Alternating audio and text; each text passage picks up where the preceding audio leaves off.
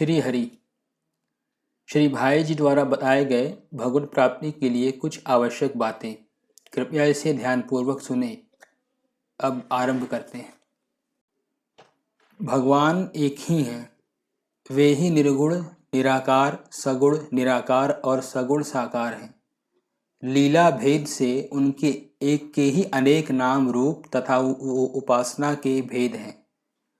जगत के सारे मनुष्य उन एक ही भगवान की विभिन्न प्रकार से उपासना करते हैं, ऐसा समझें।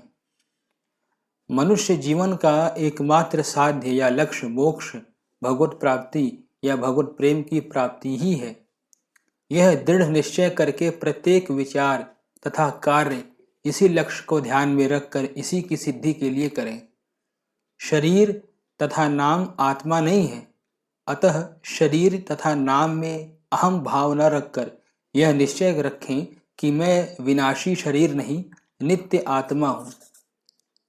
उत्पत्ति, विनाश, परिवर्तन शरीर तथा नाम के होते हैं, आत्मा के कभी नहीं।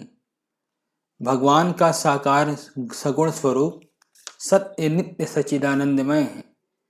उसके रूप गुण लीला सभी भगवत स्वरूप हैं।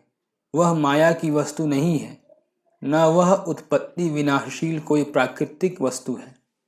किसी भी धर्म संप्रदाय मत से द्वेष न करें, किसी की निंदा न करें, आवश्यकता अनुसार सबका आदर करें, अच्छी बात सभी से ग्रहण करें, पर अपने धर्म तथा अपने इष्ट देव पर अटल अनन्य श्रद्धा रखकर उसी का सेवन करें। अपने इष्ट तथा अपने साधन को हीन न समझकर अपने लिए उसी को सर्वश्रेष्ठ समझें, पर अभिमान करके दूसरों की निंदा कभी न करें। दूसरों के इष्ट देव को अपने ही इष्ट देव का उनके द्वारा पूजित एक रूप समझें। किसी भी देवता की साधन की निंदा न करें। किसी भी पूजा स्थल, मंदिर, मठ, विहार, उपासना, आश्रम, गुरुद्वारा, मस्जिद, गिरजा, अघियारी आदि का असम्मान कभी न करें।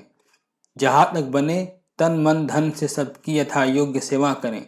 सब प्राणियों में भगवान हैं, यह समझकर सभी का सम्मान करें, सभी का हित करें और सभी को सुख पहुँचावें। किसी का अपमान अहित न करें, किसी को दुख न पहुँचावें। मानव मात्र में परस्पर प्रेम बढ़े, सभी एक दूसरे की सहायता करें, सबका सब हित करें।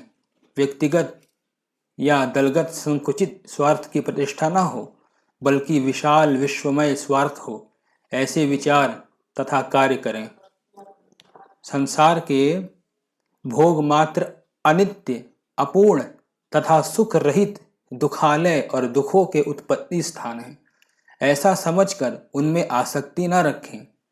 अपनी संस्कृति, पूर्वज, शास्त्र, पवित्र स्थान, संस्कृत भाषा आदि पर श्रद्धा हो और इसमें गौरव का अनुभव करें।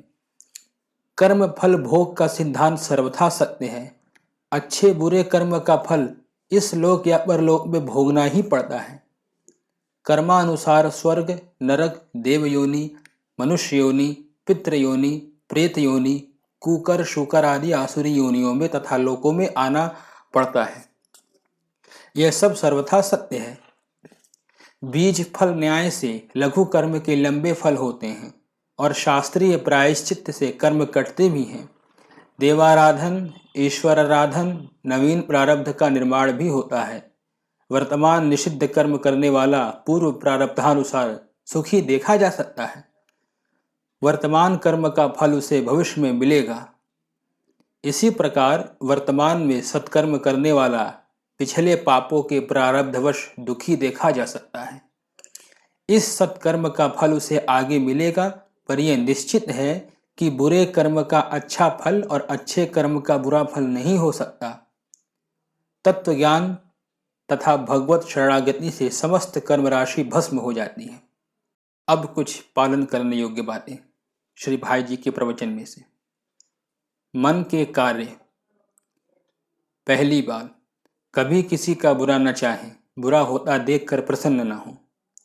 दूसरी बात, व्यर्थ चिंतन, दूसरे का अनिष्ट चिंतन, काम, क्रोध, लोभ आदि के निमित्त से चिंतन न करें। तीसरी बात, किसी की कभी हिंसा न करें। चौथी बात, भगवान की कृपा पर विश्वास रखें, भगवान का चिंतन करें, उनकी लीला, नाम, गुण, तत्व का चिंतन करें, संतों के चरित्रों का, उनके उपदेशों का चिंतन करें। पांचवी बात, विषयों का चिंतन न करके भगवान का चिंतन करें। छठी बात, पुरुष स्त्री चिंतन और स्त्री पुरुष चिंतन न करें। सातवीं बात, नास्तिक, अधर्मी, अनाचारी, अत्याचारी तथा उनकी क्रियाओं का चिंतन न करें। समाप्त। ज्ञानशिला को सब्सक्राइब करें, वीडियो को लाइक करें और स्वजनों के साथ शेयर करें। धन्यवाद।